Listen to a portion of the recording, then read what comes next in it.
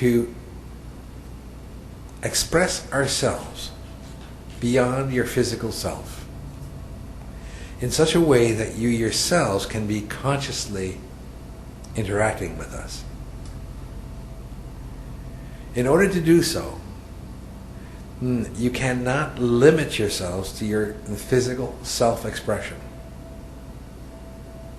There must be a complete, or at least a fuller awareness of yourselves as more than just physical beings.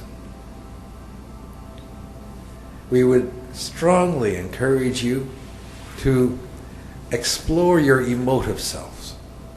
What does that mean to you? What's it involve for you? How do you feel about it? How do you interact with it? How do you express it? What methodology or technique will get you to understanding it? Is there any methodology or technique that can get you to understand it? What is it? How do you use it as a way of interacting with your present existence and then going beyond it? There are many, many questions to explore. Once you choose that, then we can ourselves express ourselves differently, so that your emotive selves can gain the awareness of who we are on a level that words can no longer express. They are limited, these words. We will continue to speak, but the key for you is to recognize that you have an opportunity to simply listen to us, interact with us on a spoken word level, or you can interact with us beyond the spoken word and therefore open yourself to a completely new type of interaction. The workshops that we are presenting over the next year will use words as a methodology of communication, for there are many who will attend who may or may not be simply willing to entertain themselves beyond the physical, logical mind self. Given that, however, we also can simultaneously present much more. So the key for yourselves is, how do you present yourselves to us? Do you come to us as words? Do you come to us as physical beings? Do you come to us as that which you know presently yourself to be through your mind's judgments? Or do you present yourselves from a different perspective, something that has observed a greater possibility, a greater probability, and a greater aspect of self? And then from there we'll explore. We are encouraging yourselves, humanity, to explore beyond itself, beyond yourselves.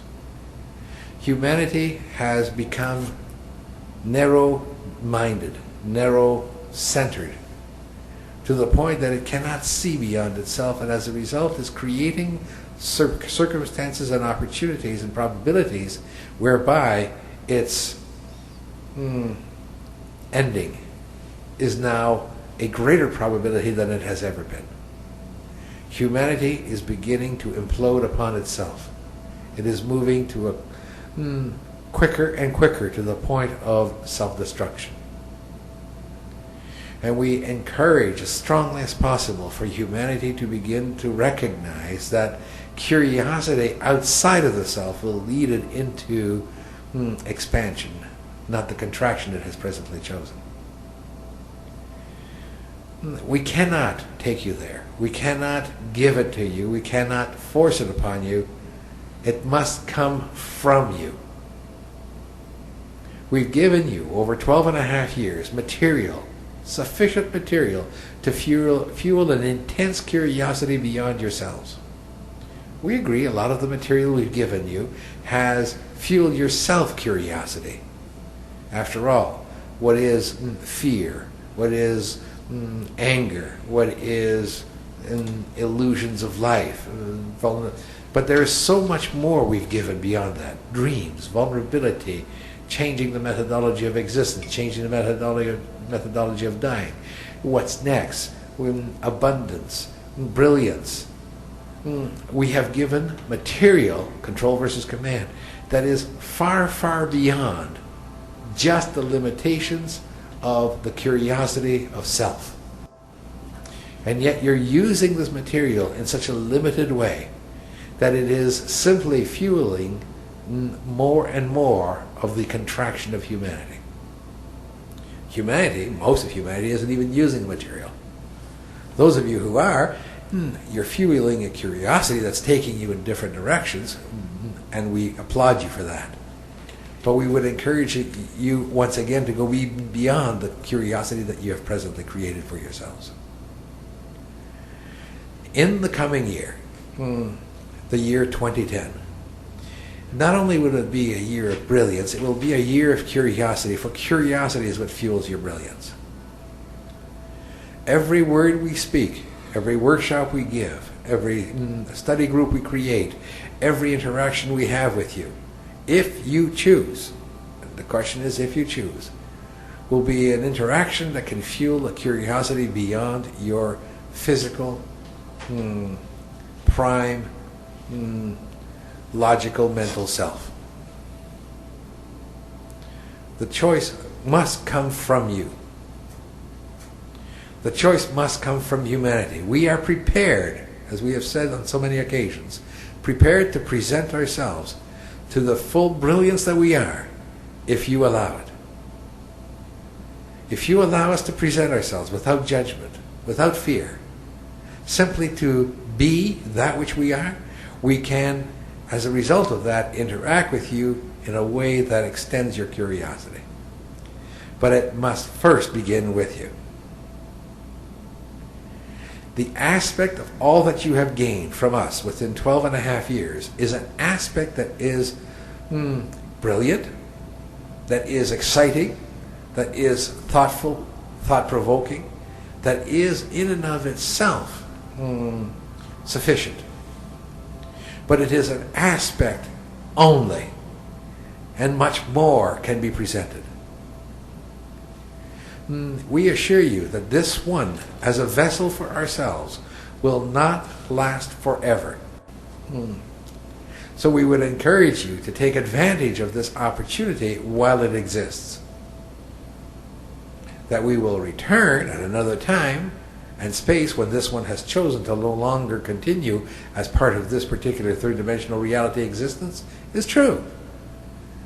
But we would encourage you now, in order to maintain a continuity and a constancy of information, for you to gain an awareness that is continuous to that which is our presence presently. We would encourage you to fuel your curiosities. We realize that many of you who are listening to these particular recordings and here present have great fears about your sufficiency, about your lack, about yourselves, in fact. But recognize that fear, as we have continually said for the last 12 and a half years, is in effect, in fact 14 years, is in effect nothing more than an illusion that you keep buying into. The universe is not prepared to abandon you. It is not prepared to set you aside. It is not prepared to allow you to flounder.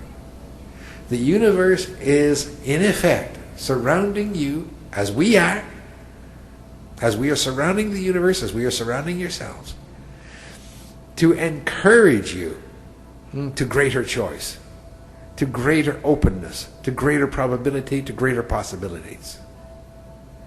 You, however, must choose to embark on this journey. You must choose to present yourselves. For if you but maintain this fear, we assure you that your existence will continue to contract. Humanity will continue to contract presently. We assure you of this. You think the financial struggles of the world presently are actually at an end? They are not. You think for one moment that the wars are going to decrease? They won't. Do you think for one moment that your jobs and your way of life is at risk? It is. It'll continue getting and continuing to be at risk unless you choose a different path. Unless you choose to move towards your fears rather than trying to move away from them. Humanity is